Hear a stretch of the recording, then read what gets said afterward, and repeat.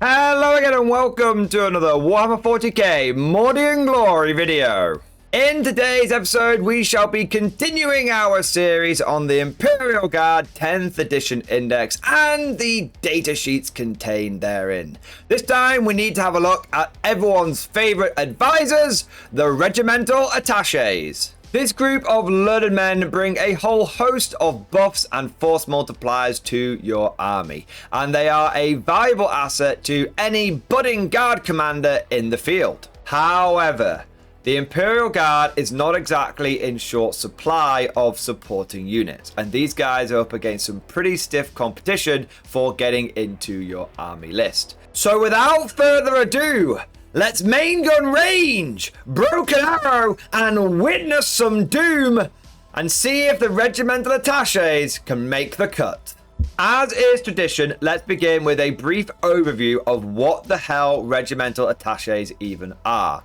This is going to be useful for newer players who are getting into 40k for the first time, but also for our veteran longbeards. You might be a guard player who's not considered using this unit before, or even a veteran of the game who might be getting into the guard for the first time, using 10th edition as an excuse to collect a new army. Regimental Attaches represent advisors from other branches of the Imperial military which have been attached to your force. Whilst to a casual outside observer, the Imperium may seem like a united force, nothing could be further from the truth. In fact, it is designed to be divided.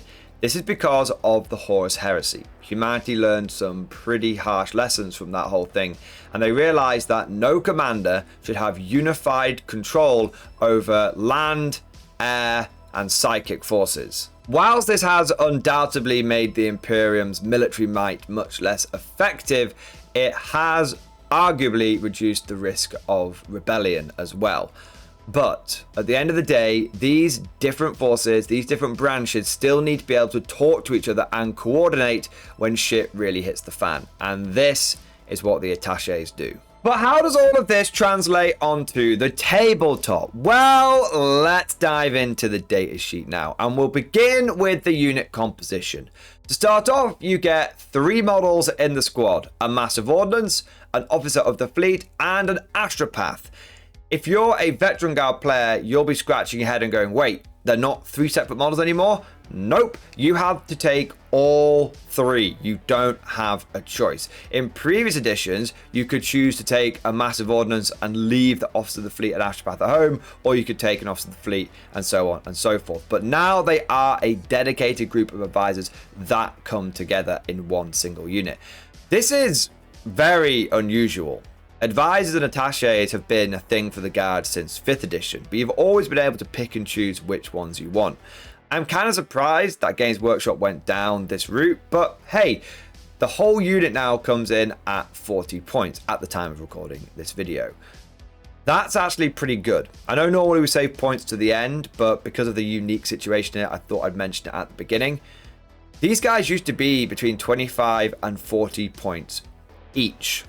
The fact that they're now 40 points for the whole unit means that you're not going to be too upset if you have to bring Bob and his 2 mates along, even if you only really wanted Bob, the officer of the fleet. But what is the unit profile for these guys? Well, they essentially have a guardsman stat line: movement of 6, toughness 3, 5+ save, 1 wound, leadership 7, and 1 objective control.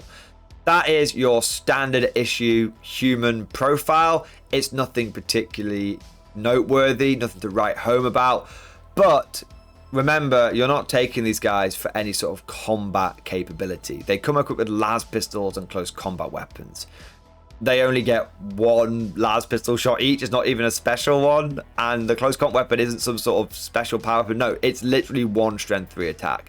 The only weapon of note in this entire unit is the astropath stave, which is strength 6 and AP -1 D3 damage, but again, he only gets 1 attack with it. So let's just rule out any kind of damage dealing or tankiness from these guys. They are humans armed with pistols, knives, and sticks. But if that's the case, why would we bother even bringing them? Well, You have to remember that guard characters are not like spaceman characters. They're not there to run around being heroic and getting into fights. They're there to act as force multipliers, to buff units, to support them. And in this role, the regimental attachés are pretty good. They bring 3 fairly specific, fairly narrow abilities, but each one is kind of useful if you build into it. So, for example, you've got the Artillery Commander ability. At the start of your shooting phase, select one enemy unit within 30 inches of and visible to this unit's massive ordnance model that has not already been selected for this ability this phase. Until the end of the phase, blast weapons equipped by friendly Astra Militarum artillery models have the sustained hits 1 ability when targeting that unit. This is actually a pretty damn good ability, especially when you take into account the current guard meta. We're a pretty good artillery faction. We've got loads of different options. Many of them are affordably priced, even after the recent point increases. And when you start looking at things like Forge World with your Earthshakers and your Medusa carriages, there really is no excuse not to be bringing quite a hefty artillery element to most of your guard armies. Therefore, if you're already bringing the artillery, it's not a bad idea to bring things along that are going to support that aspect of your list. I don't mean to alarm anyone, but the amount of buffs we can stack on our artillery is pretty crazy. You've got this giving you sustained hits. You're going to be staying still so you get lethal hits. You're going to be ignoring indirect fire and rerolling 1s thanks to Sentinels. And you're going to have heavy, and you're going to have orders for take aim. You could find yourself firing a Basilisk, which at a base level, by Basilisk I mean Earthshaker carriage, that fires at a base level on a 5+. And once you stack everything onto it, it's hitting on a 3+, rerolling 1s with lethal hits and sustained hits. That's from one of these things, and they only cost 80 points each.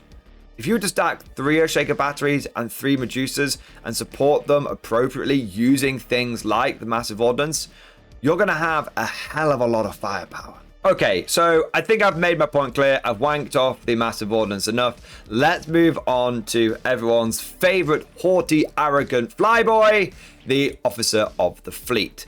Now, this guy has the Aeronautica Commander ability.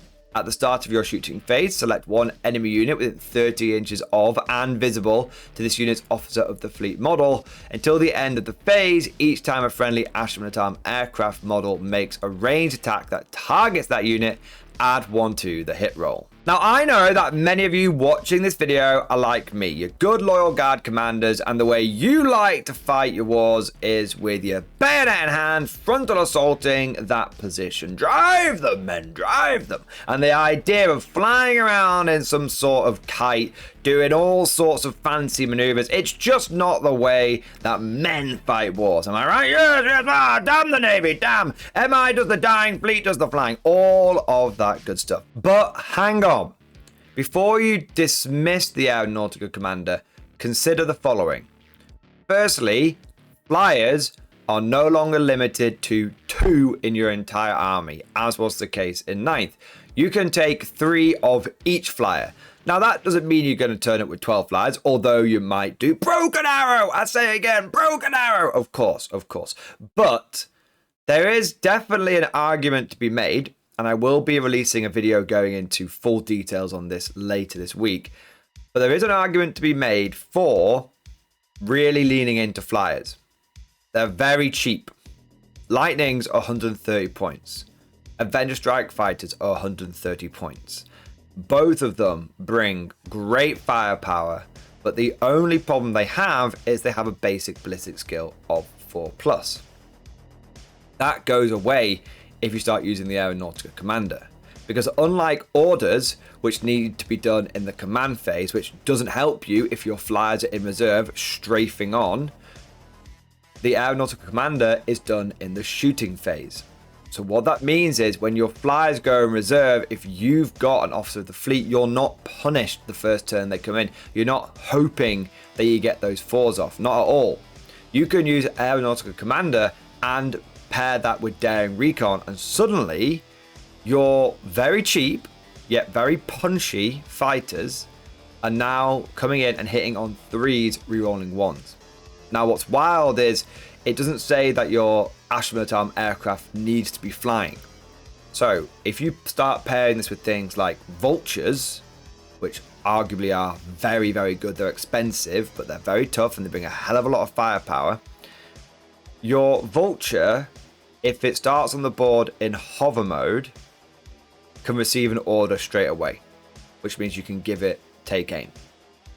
And then you compare that with the aeronautical commander, which gives you +1 to hit. Now remember that take aim and +1 to hit modifiers stack, because take aim alters your ballistic skill characteristic, whereas +1 to hit modifiers affect your dice roll, and essentially those two can stack up. So what this means is you can have vultures that were hitting on 2s from turn 1, and if you pair that with sentinels, you've got vultures hitting on 2s, rerolling 1s from turn 1. That is a hell of a lot of firepower. So whilst artillery commander is the one that I'm sure many of us are naturally inclined to go towards, and that just feels right, you know, we love Krieg, we love artillery, World War I, bayonet charges, all that jam, it's important to note that aeronautical commander is an equally as powerful ability if you make good use of it. And then we get to our last attaché, the Astropath. Now, unlike the other two, he doesn't act as a force multiplier for other units in your army. He's not giving +1 to hit for any psychic models or anything like that. That would be kind of cool. Giving your Primaris Psychic easy access to +1 to hit would be kind of badass. He doesn't do any psychic powers himself, so he's not shooting lightning out of his fingers. Instead, he has the Divination ability. Enemy units that are set up on the battlefield as reinforcements cannot be set up within 12 inches of this unit's Astropath model. On the surface, this seems like the weakest of the three abilities, but I think that's being kind of uncharitable to the Astropath. I can immediately think of a couple of different ways that I would use this guy in my army. Firstly, I might be playing on a very competitive board, lots of ruins, or I might be facing off against an opponent that can do lots of turn 1 teleporting and deep striking shenanigans. Astropaths in that scenario are very, very helpful, potentially even game winning, because what they do is they go at the front of your army and your opponent cannot deep strike within 12 inches. This means that your opponent cannot get an early charge off. It's also great against things like Genestealer cultists. It directly counters some of their stratagems to let them deploy within 3 inches. No, you can't do that. You can't come in with reinforcements within 12 inches of me, full stop. So it stops a lot of those kind of shenanigans, and it really does help push back those armies that like to deep strike in and charge you. However, I appreciate that the Astropath is just one guy, and he can only be in one place at once. And whilst you might stop people from charging from deep strike your center, the left and the right could get into a bit of a sticky situation. So the other way that I would use the attaché is to protect your backfield. You see, your master of the fleet, your massive ordnance, they don't need to be up close and personal. They can sit back 30 inches away, marking targets, drinking tea, having some biscuits. And your Astropath can go in this command squad that's chilling out near the back. And he can stop your opponent from deep striking things behind you. Because when you advance forward, inevitably a gap is going to open up. Maybe one on your left, one on your right. There's not much you can do about it. A gap is going to open up where someone might sneak a deep striker through. And it might only be one gap on your whole deployment zone, one gap in your battle line. But that gap could cost you the game. Someone deep strikes something down there. Maybe they take you off an objective. They just use it and exploit it. Well, guess what? The Astropath stops that. And I can seriously see in a guard list that maybe has a couple of flyers, trio of artillery, having that unit sitting back, marking targets, and the Astropath just keeping your ass covered. Suddenly, you're not building into one attaché, you're actually building into all three. And herein lies the issue with attachés. You have to take all three, whether you want them or not. You might be a Krieg player. Love your artillery and your infantry, your forward charges, World War I in space, the whole 9 yards. Brilliant. That massive ordnance is perfect for you. It's really going to give your artillery, your Earthshakers a big boost. But you're still paying 40 points for 2 other models you're not even using.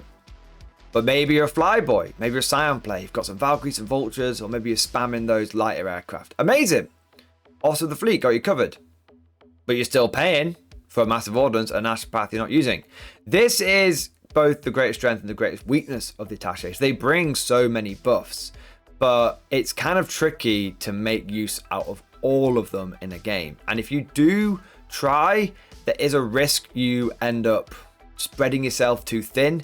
You don't have enough indirect fire to get the job done. You don't have enough aircraft to pack enough punch. And you don't have enough infantry and tanks because you spent more on those other units trying to justify taking your regimental attachés. As far as I can tell, there are two ways to get the most out of your attachés. Firstly, you really lean into one of them. Let's say you really want that artillery. You go for loads and loads of artillery. You take at least 6 big guns. Most hybrid armies are going to be running like 3. You're like 6, maybe even 9. It's all artillery, all infantry. That's the way to go. Okay, sure, you are paying 40 points and you're only using one of these abilities, but it's okay because that ability is getting a lot of use seen out of it. It's worth the 40 points when you're buffing up 9 other units at once. And then you've got the same for the officer of the fleet. Maybe you really lean into those flyers. Like, right, I've got a 3D printer. I'm going to print off 3 Lightnings, 3 Avenger Strike fighters. Really going to go down that route. Brilliant. Suddenly, you are paying 40 points for essentially one buff, but you're really getting your money's worth on that one buff. So that's one way you can do it. Or you go completely the opposite way. And you go, I'm going to create a fine balance, an equilibrium between the characters to try and get the most out of all of them. Rather than taking 6 artillery pieces, you take 3 and 3 flyers. That way, if your artillery gets counter-batteried, your massive ordnance isn't totally useless. You've still got the 3 flyers that can come in and do some damage, and vice versa. If your planes get picked out of the sky, you've still got your massive ordnance doing a good job. Gives you a little bit more flexibility and a bit more insurance. However, there is one more issue with the attachés, which is competition. These guys buff specific units, but there's plenty of things in the guard which hand out force multipliers and aren't so choosy. To be honest, I'm thinking Scout Sentinels. A Scout Sentinel can put daring recon on an enemy unit, and it doesn't matter whether you're a guardsman, a Russ, a flyer, or an artillery piece. You're getting reroll 1s against it. And in fact, in the case of artillery, you get to ignore indirect fire as well. So if you're taking lots of artillery, you're definitely taking Scout Sentinels. So you already got loads of buffs flying around. Do you need to take attachés as well? Do you need that artillery commander? Or is sustained hits just a nice to have? And let's not forget an even more obvious one. Orders. You're already taking orders for all your infantry and artillery and everything else you can stack take aim on. In fact, between Sentinels and take aim, you're most of the way there when it comes to artillery and flyers and whatnot. Really, are these regimental attachés diminishing returns? Are they adding more buffs on than you can possibly need? It's a good point, and I definitely think it is something that you need to consider, especially if you start spamming like 2 or 3 units of these guys. Of course, maybe I'm just worrying. As always, this is just like my opinion, man. Let me know what you think down in the comment section below. Are regimental attachés a hit or a miss for you? Of course, if you enjoyed today's video, don't forget to smash that like button and also subscribe to never miss an episode. And if you found today's video particularly fun and interesting, then please consider becoming a channel member or patron. By supporting the channel, you will not only be helping me create lots of content, but you'll also unlock a whole host of perks for yourself. The biggest one being access to the Mordian Glory Discord server, an online community of over 2,000 active members. It's always popping off in the MG Discord. We've got channels for tactics, we've got channels for army lists, for hobbying, painting, and of course a pretty spicy meme section as well. And before we wrap up today's video, I just want to say a big thank you to all of the latest channel members. So thank you to DWN, Drew S, Adonis, Jake Atkins, Azuma Kazuma, Kenaro Savad, Wolfgar, The Shape, Guy, Xperia 888, Robert McCoy, Andrew Narog, Reptilian Overlords, Fargrim Hornraven, Seth Bacon, Reese Blanket, Azulas, LJ5, Nico T, Cody Smith, Lucky Magpie, Jerome Allen, Cacper, Lord Zickness, Fred Savage, Pritch, Sambar LV, Dan, Mike Holloway, Austin Wu, Morgan Lamoureux, Jordan Freeman, Tiamat DeLord, Rock Pin, Displaced, Next to Radio, Robert Hanna, Sabo, Vermin, No Name, Sam Liviera, and Chalupa Cabra 13. Thank you guys for becoming channel members. Thank you for doing your part. I also want to do a shout out to the latest Patreons as well. So a massive thank you to Will Anderson, Merrick, Jonas Kering, Ravium, Rogue Flight, Jordan Freeman 94, Amy DeSweet, Aegis, and Jamin Bales. And last but certainly not least, I want to say a personal, heartfelt thank you to all of my top tier Patreon supporters. These are the War Masters, the people who have truly gone above and beyond the Call of Duty. So a massive thank you to Alan Blunt III, Amy DeSweet, Bon Bon Vert, Ken Starr, Mark Panconi, Ross Miller, Swordfish Trombone, John Stubbs, Diesel Fox, and August Barney. Seriously guys, thank you so much. Your generosity is amazing and I couldn't do this channel without you. I hope you've all enjoyed today's video. Thank you for watching, and of course, as always, I'll see you guys next time.